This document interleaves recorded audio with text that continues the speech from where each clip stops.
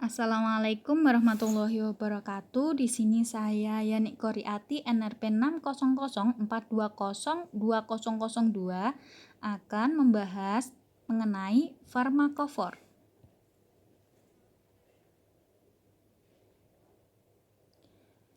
Apa sih yang dimaksud dengan farmakofor? Farmakofor merupakan posisi geometrik 3 dimensi dari gugus-gugus yang terdapat di dalam suatu ligan yang membentuk suatu pola yang unik yang dapat dikenali oleh reseptor secara spesifik yang bertanggung jawab terhadap proses pengikatan ligan dengan suatu reseptor dan aktivitas reseptor tersebut.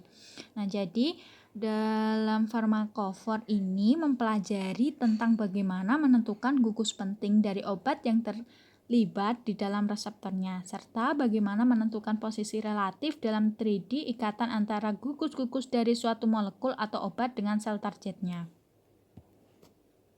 Selanjutnya, fungsi farmakofor. Yang pertama, fungsinya yaitu untuk menentukan posisi 3 dimensi obat dengan target. Yang kedua, mengetahui gugus penting dapat terikat dengan reseptor. Yang ketiga, untuk mengetahui konformasi aktif dari molekul. Yang keempat, penting sebagai dasar merancang obat. Yang kelima, penting dalam hal menemukan obat baru. Fitur farmakofor.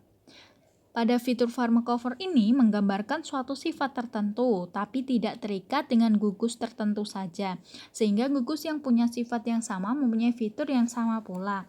Jadi di sini sebagai contoh ligan di samping ini memiliki gugus yang bisa sebagai akseptor ikatan hidrogen, donor ikatan hidrogen, anionik, kationik, hidrofobik, aromatik nanti akan berikatan spesifik dengan sifat yang sama pada reseptornya.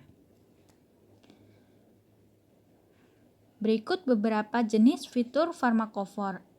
Yang pertama, donor ikatan hidrogen atau HBD. Kelompok hidroksil, hidrogen yang terikat dengan nitrogen, asetilen atau CH dan tiol atau SH biasanya dilambangkan sebagai donor. Namun CH dan SH ini adalah donor relatif lemah. Akseptor ikatan hidrogen atau HBA. Atom dengan pasangan elektron bebas yang tersedia seperti N, O, dan S diperlukan sebagai akseptor. Jika oksigen hadir dalam cincin fluoral atau oksazol maka termasuk akseptor lemah. Selanjutnya anionik dan kationik. Dalam molekul, atom bertuliskan formal biaya dianggap sebagai fitur positif dan negatif asalkan bukan bagian dari dipol. Selanjutnya hidrofobik. Memilih atom atau kelas harus diukur sebagai hidrofobik tidak mudah dan tidak langsung. Algoritma yang paling umum digunakan untuk memberi nilai hidrofobilitas untuk atom. Yang terakhir aromatik. Diperlakukan sebagai jenis khusus fitur hidrofobik yang diwakili oleh vektor. Selanjutnya, beberapa penusulan fitur farmakofor. Ahli kimia komputasi sering menggunakan istilah farmakofor sebagai gambaran struktur molekul. Sekumpulan hubungan topologi digunakan untuk mendefinisikan sifat dan dimensi molekul pada 2 dimensi. Di sini distribusi spasial dan topologi fitur farmakofor dikonferensi hingga gambaran dimensi yang lebih rendah sebagai contoh vektor. Vektor ini menggambarkan deskriptor farmakofor. Dimaksud sebagai fingerprint, case, bit string, atau correlative vectors tergantung pada jenis informasi yang disimpan. Deskriptor farmakofor atau fingerprint dapat dianggap sebagai gambaran molekul yang berubah dan bukan eksplisit struktur 3D. Fingerprint ini sering digunakan untuk screening secara cepat dari sekumpulan nyawa yang besar. Untuk fitur farmakofor, contohnya ada di gambar A dan B. Di situ ada molekul yang sama, tetapi gambarnya berbeda karena aplikasinya juga berbeda. Dengan menggunakan fingerprint farmakofor diharapkan untuk memprediksi efek samping yang tidak diinginkan pada tahap yang paling awal pada proses penemuan obat dapat mengurangi resiko kegagalan kandidat obat. Pemodelan farmakofor. Suatu senyawa dapat dianalisis dengan perangkat lunak atau software untuk mendapatkan petunjuk gambar 3D pada daerah yang dianalisis. Terdapat 3 domain yang digunakan pada pemodelan farmakofor. Yang pertama yaitu fitur farmakofor. bersangkutan pada molekul obat yang diperlukan untuk memperoleh efek biologis dan menentukan HKSA. Cenderung pada dimensi rongga pengikat reseptor untuk mendesain senyawa baru dan molekul lebih aktif. Yang kedua, loncatan rangka. Mendeteksi molekul dengan rangka yang berbeda dengan virtual screening kumpulan senyawa yang besar. Yang ketiga, screening paralel berbasis farmakofor untuk memprediksi profil farmakologi struktur induk in silico. Pengembangan model farmakofor. Yang pertama, pilih satu set ligand pelatihan. Pilihlah kumpulan molekul yang beragam secara struktural yang akan digunakan untuk mengembangkan model farmakofor. Sebagai model farmakofor harus dapat membedakan antara molekul dengan dan tanpa bioaktivitas. Himpunan molekul harus mencakup senyawa aktif dan tidak aktif. Yang kedua, analisis konformasional. Analisis konformasional ini buat satu set konformasi energi rendah yang cenderung mengandung konformasi bioaktif untuk masing-masing molekul yang telah dipilih. Yang ketiga, superimposisi molekul. Superimpose atau fit semua kombinasi konformasi energi rendah dari molekul. Kelompok fungsional serupa atau bioisosterik yang umum untuk semua molekul dalam himpunan dapat dipasang. Himpunan konformasi yang menghasilkan kecocokan terbaik dianggap sebagai konformasi aktif. Yang keempat, abstraksi.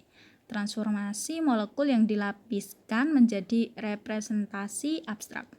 Contohnya di sini cincin vinil yang dilapiskan dapat disebut secara lebih konseptual sebagai elemen batang aromatik farmakofor. Demikian juga gugus hidroksi dapat ditunjuk sebagai elemen farmakofor donor atau akseptor ikatan hidrogen. Yang kelima, validasi.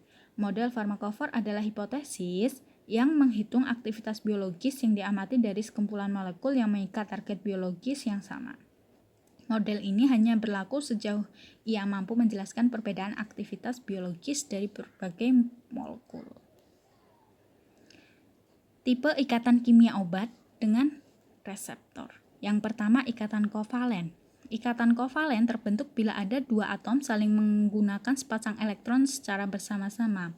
Ikatan kovalen ini merupakan ikatan yang paling kuat. Kekuatannya itu sekitar 1000 kilokalori per mol. Pada suhu normal, ikatan bersifat irreversibel dan hanya dapat pecah bila ada pengaruh katalisator enzim tertentu. Interaksi obat katalisator melalui ikatan kovalen menghasilkan kompleks yang cukup stabil dan sifat ini dapat digunakan untuk tujuan pengobatan tertentu. Yang kedua, ikatan ionik. Ikatan ionik adalah ikatan yang dihasilkan oleh daya tarik-menarik elektrostatik antara ion-ion yang muatannya berlawanan.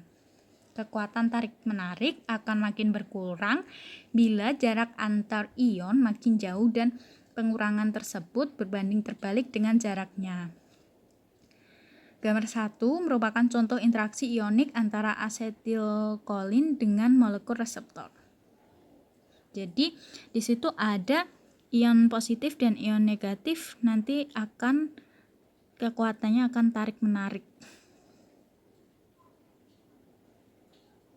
Yang ketiga, interaksi ion dipol dan dipol-dipol.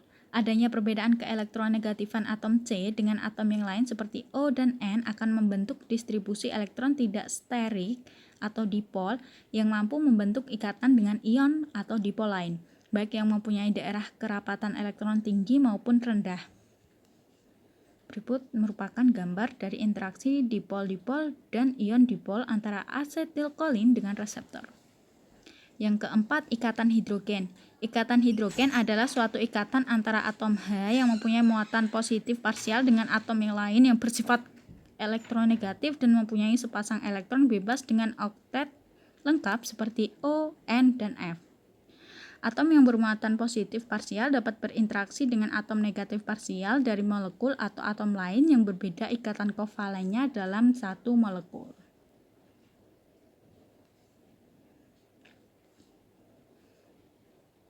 Yang kelima, ikatan van der Waals. Ikatan van der Waals merupakan kekuatan tarik-menarik antara molekul atau atom yang tidak bermuatan dan letaknya berdekatan atau jaraknya sekitar kurang lebih 4-6 angstrom. Ikatan ini terjadi karena sifat kepolarisasian molekul atom. Meskipun secara individu lemah, tetapi hasil penjumlahan ikatan van der Waals merupakan faktor pengikat yang cukup bermakna terutama untuk senyawa-senyawa yang mempunyai berat molekul tinggi. Ikatan van der Waals ini terlibat pada interaksi cincin benzen dengan daerah bidang data reseptor dan pada interaksi rantai hidrokarbon dengan makromolekul protein atau reseptor. Berikut merupakan contoh gambar interaksi gaya van der Waals. Yang keenam, ikatan hidrofob. Ikatan hidrofob merupakan salah satu kekuatan penting pada proses penggabungan daerah nonpolar molekul obat dengan daerah nonpolar reseptor biologis. Daerah nonpolar molekul obat yang tidak larut dalam air dan molekul-molekul ini di sekelilingnya akan bergabung melalui ikatan hidrogen membentuk struktur kuasi kristalin atau iceberg. Berikut merupakan gambar pembentukan interaksi hidrofobik yang di kiri. Nah, di situ ada rantai nonpolar reseptor dan rantai nonpolar obat. Nanti dia itu membentuk interaksi hidrofobik akan berdekatan. Seperti gambar di sampingnya. Untuk gambar sampingnya lagi itu interaksi hidrofobik antara butamben dengan gugus isoleucine reseptor. Yang ketujuh, transfer muatan. Kompleks yang terbentuk antara dua molekul melalui ikatan hidrogen merupakan kasus khusus dari fenomena umum kompleks donor-aseptor yang distabilkan melalui daya tarik-menarik elektrostatis antara molekul donor elektron dan molekul akseptor elektron. Identifikasi farmakofor. Nah, berikut merupakan contoh identifikasinya pada difenhidramin.